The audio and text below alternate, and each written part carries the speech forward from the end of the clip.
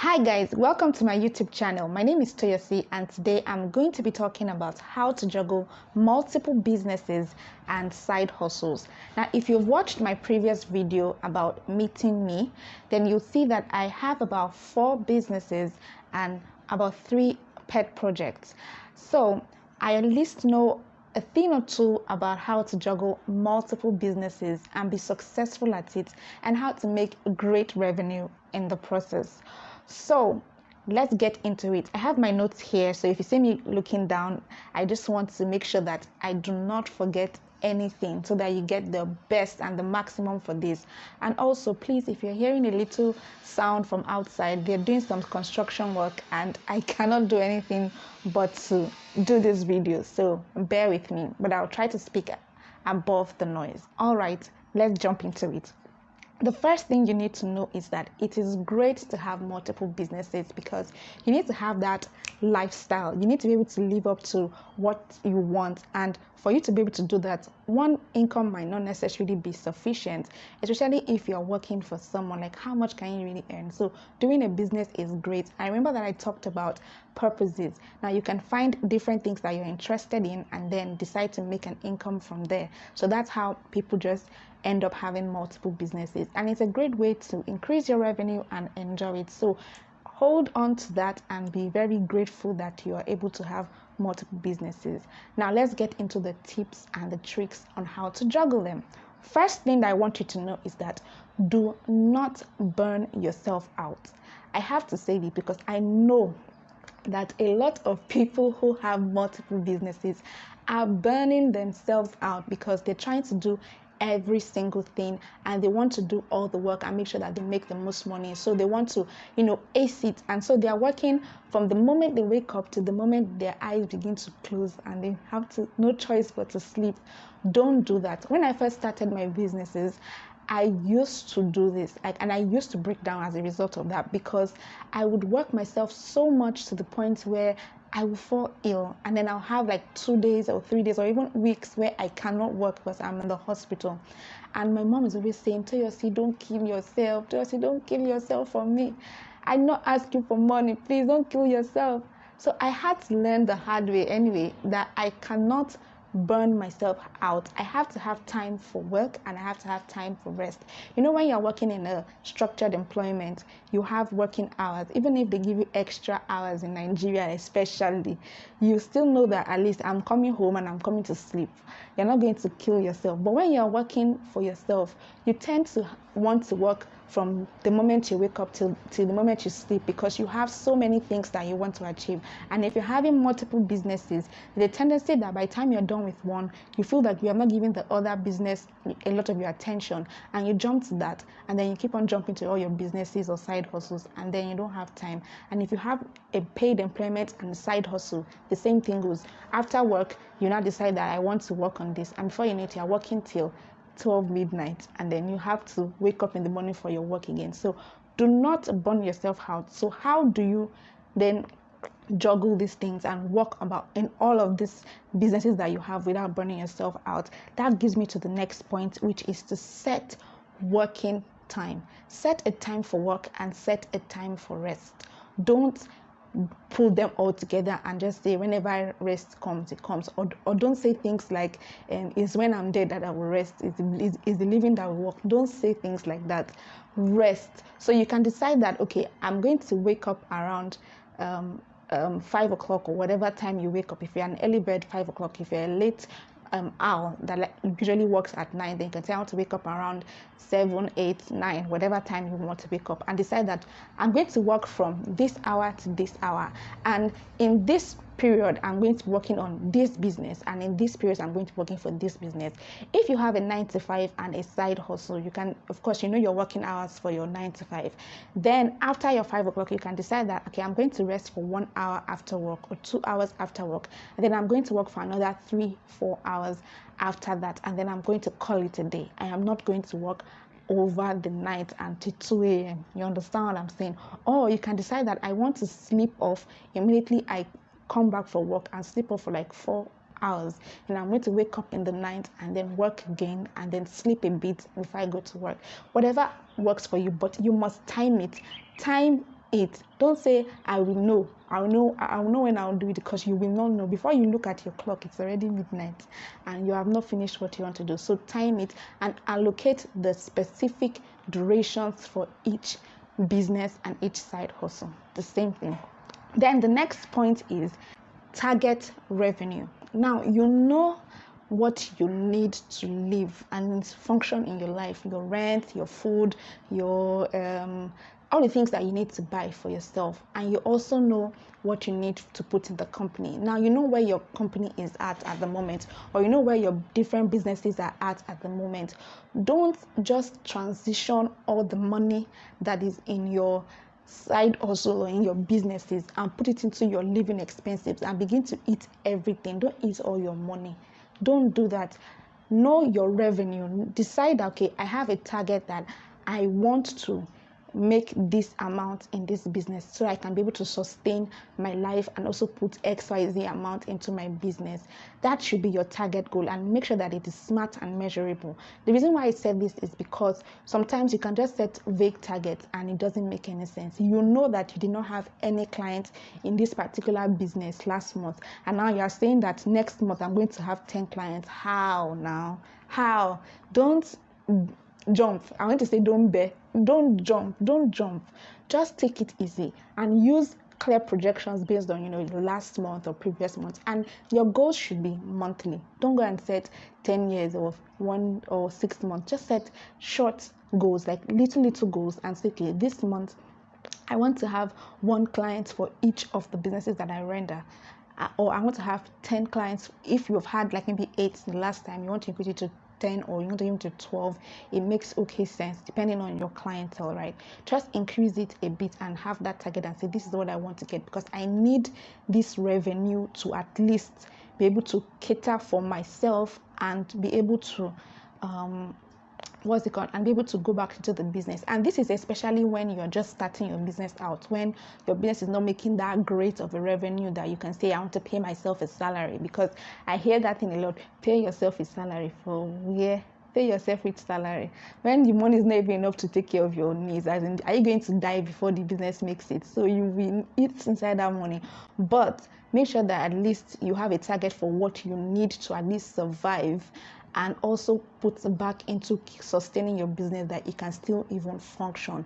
Now, don't go and spend money on adverts and say, I want to get more clients, and you just go and pump money paka everywhere. You just flood money on adverts because maybe one client paid you and you want to spend all that money on adverts. Sis, it doesn't work that way. See, I will tell you first to start small and gauge it.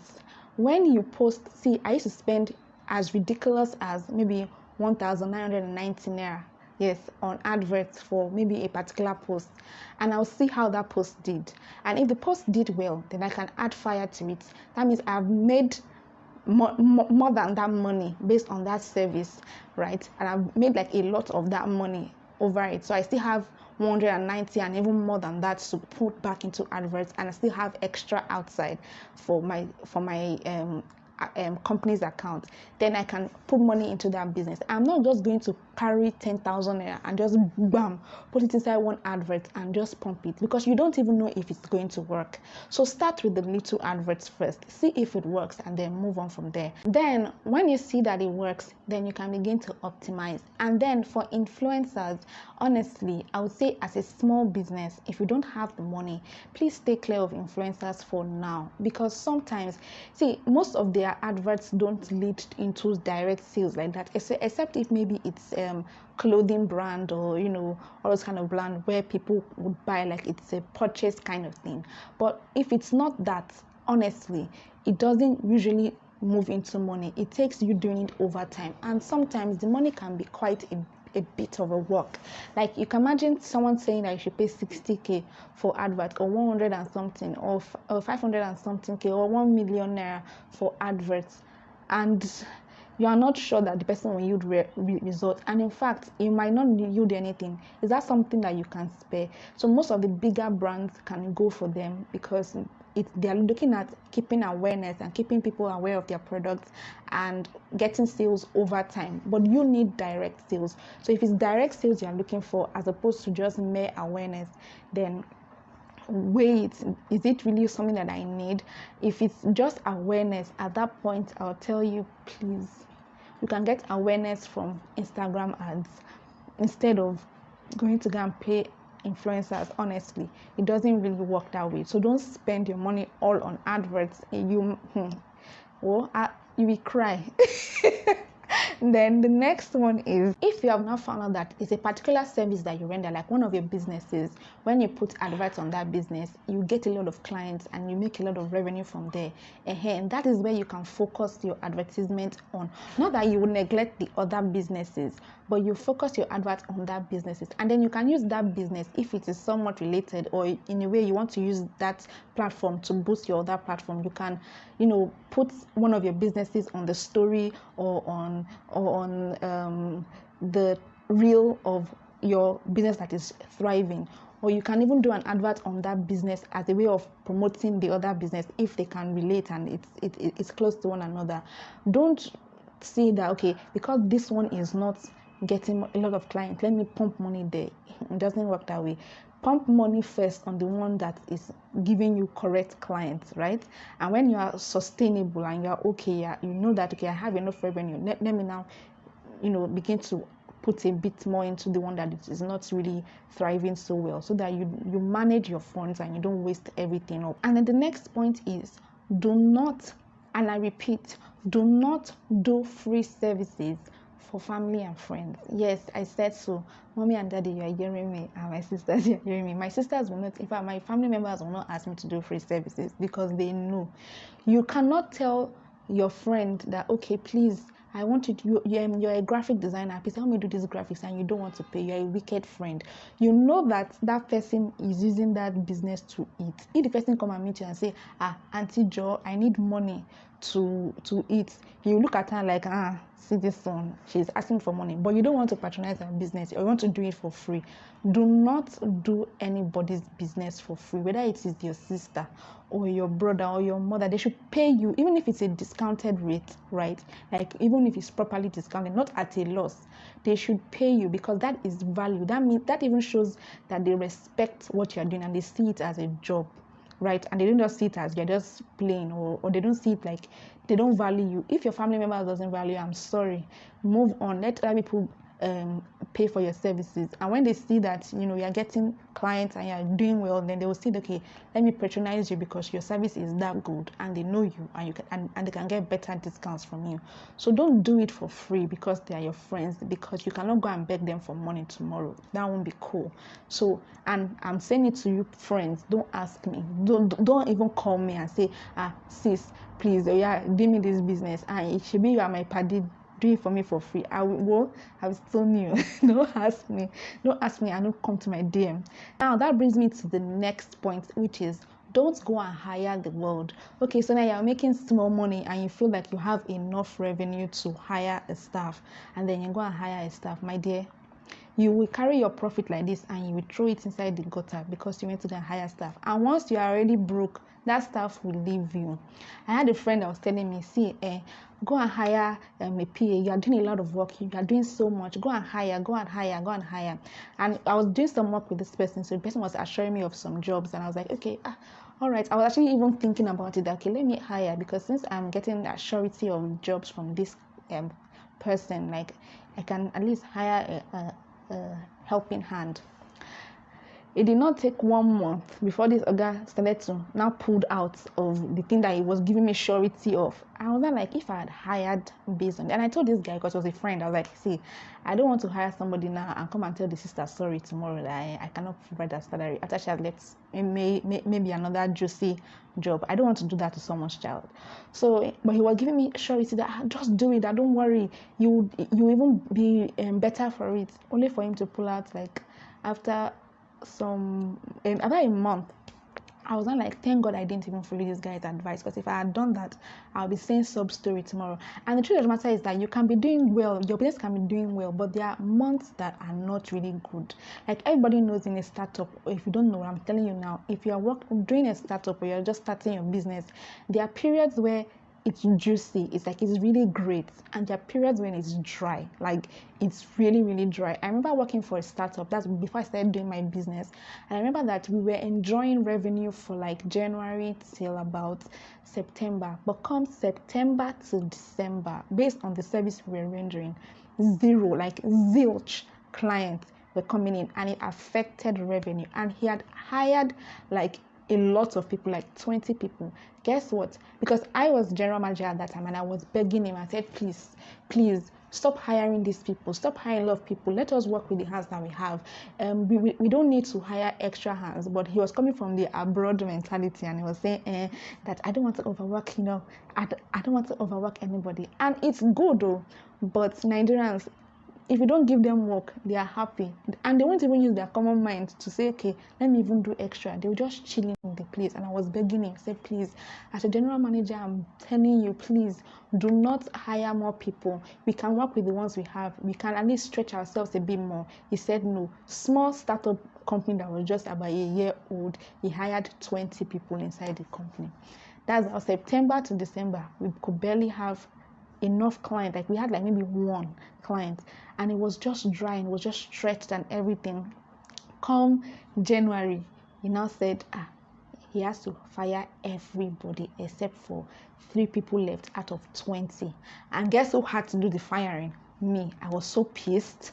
I was like, so I'm going to tell somebody now that you have lost your job because the client we didn't have money. And truth be told, we made money, but we hired that developers, the salary is a whole lot great, like it's huge. So when you now hire like 5 developers that are earning like 400k 500k a month, and you make 4 million, the 4 million has gone in 1 month, because you have paid salaries when you could have as well just used one. And these developers were actually idle, because it wasn't like they were being worked, but he said I believe that more jobs will come, and so I want developers to be handy. And I was like, we can build an ecosystem of developers that we can always reach out to for jobs when we need it, instead of us hiring in-house.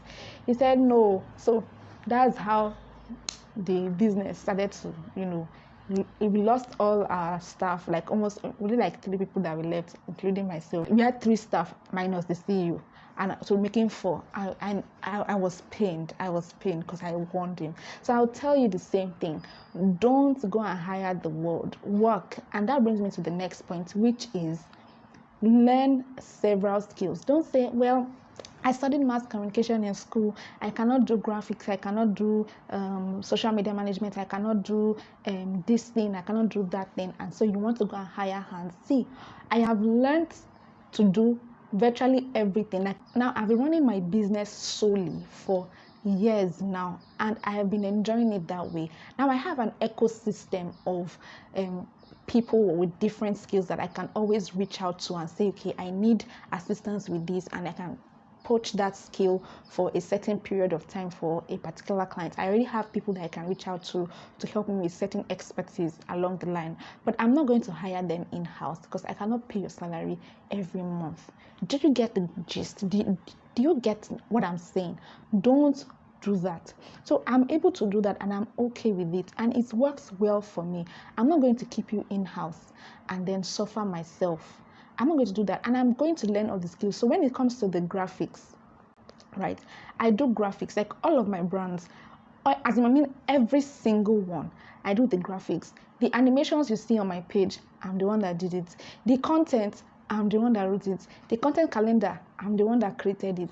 The social media adverts and the tracking and everything, I'm the one that did it. See, every single thing in that business, I'm the one that is doing it. Yes, I get tired, honestly, but I've been able to separate things and arrange my time in such a way that I don't feel too burnt out, and I spread the work across the different days. So I'm actually focused on my work and I'm busy doing that. I don't need to go and hire a graphics guy. There's Canva for God's sake, and there's Designer too.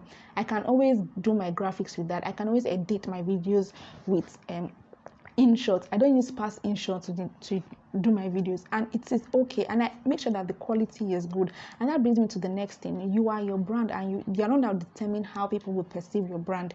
If you perceive your brand as, and since it's a startup, let everybody know that this is a startup business, it will show in your brand, because you will not do the quality. Like when I post some of my pictures, I have graphic designer friends that will say, TLC, you want to run us out of job, Abby? Right? You want to run us out of job, because it will be so good. Like, you will think it is a professional graphic designer that is doing this job.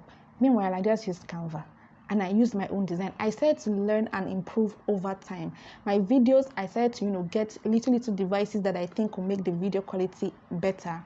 Don't use the eye of one-man business to do your service. Make sure that you do the very, very, very best of work, because the truth is, once you prove that you are good, that client will bring you several other clients. For example, I did a website for this popular real estate guy, Ramos, right?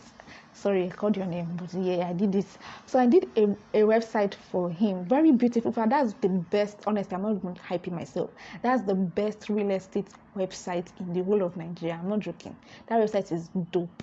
I did that website, and when I did it, he was so happy with the job that I have gotten more than, like, I think I've gotten several clients from him. And when he brought those clients and I did the work for them, they too brought several clients just from one good job. So don't do a mediocre job. In fact, see, what is my motto is that I will do more than what you paid. Like, I will go the extra mile, so that when you see how good I've gone, you'll be so pleased, and that you will be excited. When I do my IELTS, like, I remember doing IELTS for someone, and when I was teaching her the writing, she had a little bit of struggle with it, and I felt, okay, I needed to give her extra time. So even though the hours were supposed to be it was actually supposed to be a 1 hour class, I ended up doing 2 hours. Like, that was double. I ended up doing that with my data, with my everything. It wasn't a loss, because when I look at how much I'm going to make and everything, it wasn't a loss, but I was still able to give her the extra mile. Guess what I got from it? I got 5 clients from her. 5 clients from her, because she was so pleased. She was so happy. She was like, you are not doing this thing because of the money. Like, I can see that you genuinely want people to learn this IELTS. Do you understand what I'm saying? So be excellent, like that excellent, and that is the Christian spirit. Now, the last thing is to shamelessly talk about your brand. Don't feel shy about telling people that this is what you do. Now, I know that when you start doing this, some of your friends will be like, what's this one feeling like? And why is she all up in our faces and all of those things? But sis, talk about your brand. If they are tired of hearing it, they should shift. Make sure that the people in your circle know that this is the service that you're rendering. Like, if they have somebody who wants that service done, your name is what will come to their mind, that this person does this service. And don't be annoying. Don't go to their DMs and start messaging them about every single thing you post, or every day you are send a message, I am doing this service. I'll block you. Don't do that. Just make sure that at least on your post, once in a while, you put what you do and say, this is what I do, patronize me. On your page, once in a while, post it there and tell them to follow your brand. Some of them will follow your brand, so whenever you post something, they see it on their feed. That's okay, but don't go and be sending them personal messages and be disturbing their life, because they will just mute you. You think that they have seen the message, they did not see it. So please don't do that, and don't call them and be disturbing them. They do not owe you anything. They do not. So just relax and let people know about your business, and in the long run, you'll be happy for it. So that brings me to the end of this. Now, I want to leave you on this note. We have a club in Stellar Biz, one of my businesses. It's a club where we come together as small businesses, startups, to come together to help one another. So perhaps you have like a forum, you have an event, a seminar, whatever thing that you're doing, and you need support. You might not be able to pay somebody else to be on your panel or to be there to assist you. All those groups where you say 5 people that are speaking today, 6 people that are speaking today. So you need that assistance. You want a network of people that you can all help one another and appear on each other's programs and just boost each other up, and of course let people know about your services and how much it costs, and just get that ecosystem of people. If you want to join that, I'll put the link for you to join that. It's a form for you to fill and join the club, and it's for a tiny fee of just 10k naira. I know it's ridiculously free, but it is for the first 50 people. After 50 people, the price would increase. So I'm telling you to join it right about now. And there are several benefits from it. You can go on my page and see all of those benefits. I'll put all the links to my businesses, my services, and everything, and even to this platform. Everything that you need will be on this description. So thank you for your time and giving me your listening ear. I am so excited to actually shoot this video. Thank you and have a great day and do well in your business. Bye.